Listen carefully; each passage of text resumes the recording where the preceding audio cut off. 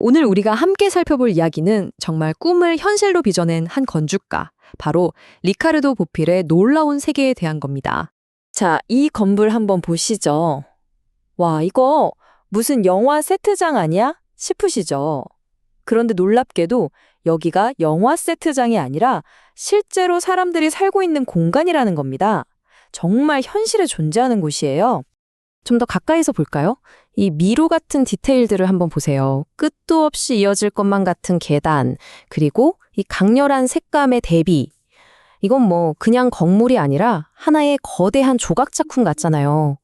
대체 누가, 어떤 사람이 이런 공간을 상상하고 또 이걸 현실로 만들어낼 생각을 했을까요? 이렇게 대담하고 또 환상적인 건물을 지은 건축가, 과연 누구였을까요? 바로 이 질문에 대한 답을 찾아가면서 우리는 한 위대한 건축가의 깊은 철학 속으로 들어가 보게 될 겁니다. 자, 첫 번째 파트입니다. 제목은 구불구불한 계단의 요새예요. 네, 바로 이 경이로운 건물의 이름은 스페인어로 붉은 벽이라는 뜻의 라 무라야 로하고요. 그리고 이 모든 것을 구상한 건축가가 바로 리카르도 보필입니다. 라 무라야 로하를 보면 뭐랄까 굉장히 자유분방해 보이잖아요. 근데 사실은 즉흥적인 영감으로만 만들어진 게 절대 아니에요. 모든 게 정말 치밀하게 계획됐습니다. 우선 디자인은 북아프리카의 전통 주거 형태인 카스바에서 영감을 얻었고요. 또 건물 전체의 기본 평면은 모든 팔의 길이가 똑같은 그리스 십자가 형태를 따르고 있어요. 굉장히 엄격한 기하학적 원칙이 숨어 있는 거죠. 심지어 이 강렬한 색깔에도 다 의미가 있습니다. 붉은색 계열은 주로 바깥쪽 벽에, 그리고 파란색 계열은 안뜰 같은 내부 공간에 써서 공간의 성격을 시각적으로 딱 구분해 준 거예요. 자, 그럼 다음 파트로 넘어가서 그가 왜 이런 독특한 건물을 만들게 됐는지 한번 살펴볼게요. 바로 역사를 재발견한 반항아, 보필의 건축 철학에 대한 이야기입니다. 보필의 비전을 제대로 이해하려면요, 그가 어떤 흐름에 맞서 싸웠는지를 알아야 해요. 당시 건축계의 대세는 모더니즘이었거든요. 기능, 단순함, 미니멀리즘, 이게 핵심이었죠. 그래서 때로는 좀 차갑고 인간미가 없다는 비판을 받기도 했어요. 바로 이 지점에서 보필이 반기를 든 겁니다. 그는 인간을 중심에 놓고 역사와 상징으로 가득 찬 웅장하고 기념비적인 건축을 다시 되살리고 싶어 했어요. 보필이 직접 남긴 이 말이 그의 생각을 정말 잘 보여주는 것 같아요. 건축은 비이성적인 것에 대한 인간의 승리다. 어때요? 굉장히 야심차지 않나요? 그는 건축을 통해서 이 세상의 혼돈의 질서를 부여하고 인간 이성의 위대함을 기념하고 싶었던 거죠. 근데 진짜 재미있는 건요, 그의 혁신이 아주 먼 과거에서 시작됐다는 점이에요. 아이러니하죠. 그는 막 완전히 새로운 걸 발명하려고 애쓴 게 아니었어요. 오히려 아주 오래된 고대의 건축 원리 속에서 미래를 향한 가능성을 찾아낸 거죠. 그가 주목한 건 바로 고전주의였습니다. 흔히 고전주의 하면 그리스 신전이나 로마의 콜로세움 같은 걸 떠올리잖아요. 근데 보필은 그걸 그냥 똑같이 따라 하려던 게 아니었어요. 중요한 건 그 안에 담긴 본질, 그러니까 질서, 비례, 대칭 같은 시대를 초월하는 원리들이었죠. 그는 바로 그 원리들을 가져와서 자신만의 완전히 새롭고 대담한 현대적인 건축 언어로 재창조해낸 겁니다. 자, 그럼 그가 자신만의 기하학적 언어로 어떻게 건축을 했는지 대표적인 프로젝트들을 통해서 직접 확인해 보시죠.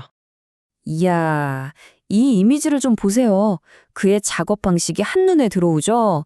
왼쪽에 저 상상력 넘치는 스케치 한 장이 오른쪽에 저렇게 숨막히게 복잡하고 아름다운 현실의 건물로 탄생하는 겁니다.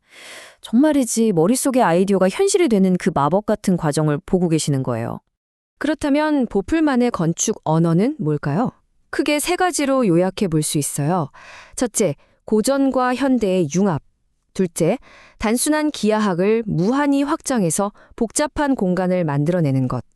그리고 마지막으로 잊혀졌던 상징성을 건축에 다시 불어넣는 것. 이 세 가지가 그의 핵심이었죠.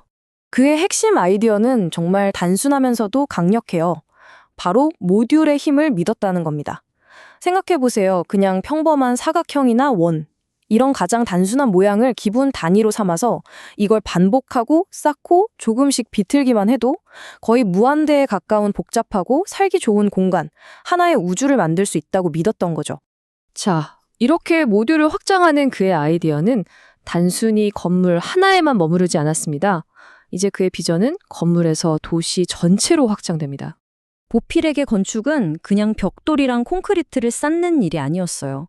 그에게 건축은 도시 전체의 리듬을 만들고 그 안에서 살아가는 사람들의 공동체 경험을 디자인하는 거대한 작업이었습니다. 지금 보시는 이 바르셀로나의 항공사진을 보면 그의 스케일이 얼마나 거대했는지 바로 느껴지실 거예요. 그의 경력을 수십 년에 걸쳐 쭉 따라가 보면 정말 스펙트럼이 넓어요. 1972년 라 무라야 로하 같은 독특한 주거단지로 시작해서 80년대에는 바르셀로나와 파리 같은 대도시의 도시계획에 참여하고요. 90년대에는 지식을 위한 도시라는 컨셉으로 대학교를 짓고 2000년대에는 바르셀로나 해변의 스카이라인을 바꿔놓은 W 호텔 같은 랜드마트까지 정말 끝없이 도전하고 확장해 나갔죠. 자, 이제 마지막 파트입니다. 보필은 과연 우리에게 어떤 유산을 그리고 어떤 영원한 질문을 남겼을까요? 보필이 남긴 진짜 유산은요, 눈에 보이는 저 돌과 유리로 된 건물 그 자체에만 있는 게 아닐지도 모릅니다.